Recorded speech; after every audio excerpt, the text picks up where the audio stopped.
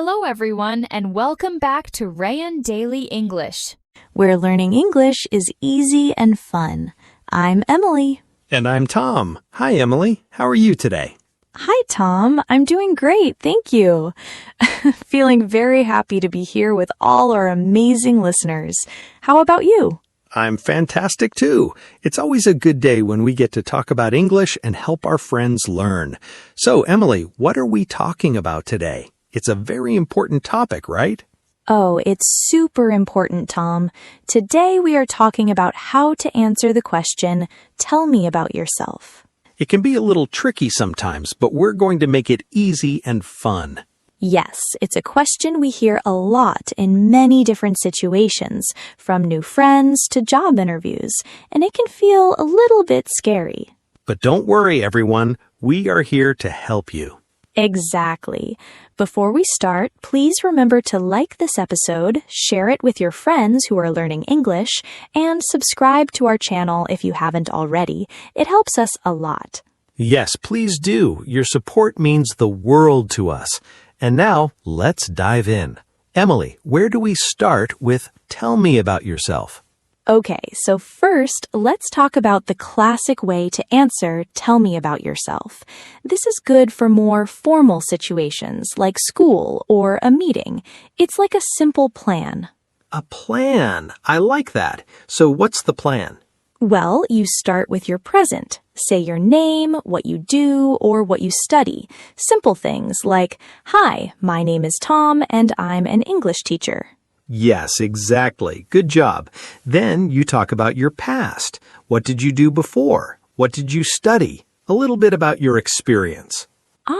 So something like, I worked as a guide before, or I studied history at university. Perfect. And finally, you talk about your future. What do you want to do? What are your goals?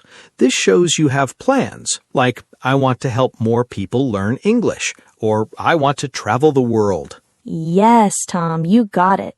So it's present, past, future. It's a nice, clear way to tell your story. That's a great structure. It makes it sound very professional, even for beginners.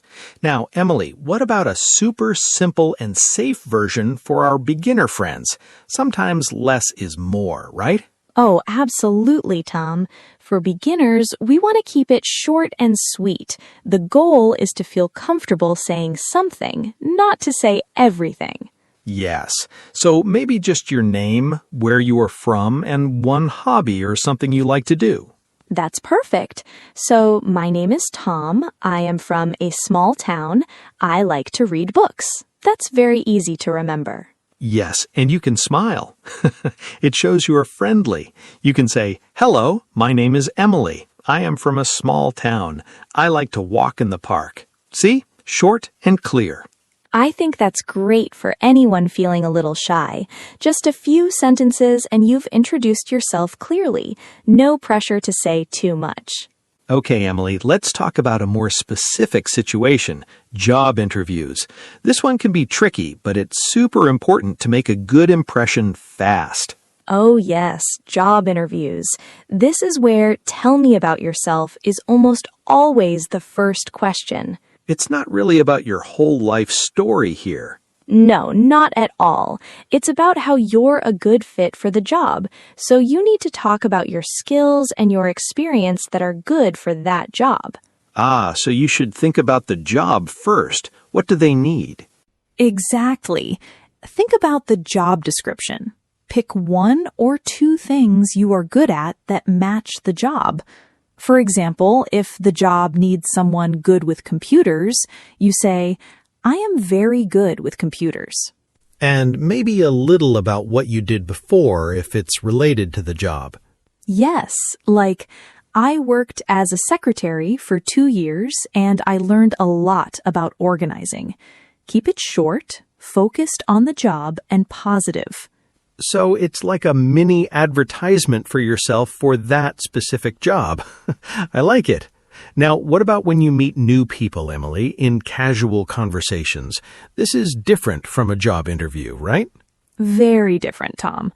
Here, you want to be friendly and open, but not too serious. You want to make a connection. Yes, so you can talk about your hobbies, your interests, or what you like to do for fun. Like, "Hi, I'm Tom. I love playing guitar on weekends." Or, "My name is Tom. I enjoy cooking new recipes." Perfect. And you can ask them a question too, like, what about you? What do you like to do? This makes the conversation flow. Ah, that's a good tip. It makes it a two-way conversation, not just you talking. So you share a little, then ask a little. Yes, exactly. It's like, my name is Emily. I like to paint. Do you have any hobbies? Emily, some people are very shy to talk about themselves, especially in a new language. What can we do to help them feel more confident? Oh, Tom, that's a great point. It's totally normal to feel shy. First, practice, practice, practice. Say it out loud in front of a mirror or to a friend. Yes, practice helps so much, even if it's just whispering to yourself. And start small. Don't try to say too much at first. Just a few simple sentences, like our simple and safe version. So don't aim for perfection right away. Just aim to speak. Exactly. And don't worry about mistakes. Everyone makes mistakes. It's part of learning. Just keep speaking. And remember, people are usually happy to listen. They understand it's hard to speak a new language. That's very true. Most people are very kind and patient. So small steps, and don't be afraid of mistakes. Let's go back to our structure, Tom, the present, past, and future model. This is very good for giving a more complete picture of yourself. Yes, it gives a good overview. So let's give a full example of that. Okay, so for the present, my name is Emily. I am an English teacher, and I love helping people learn.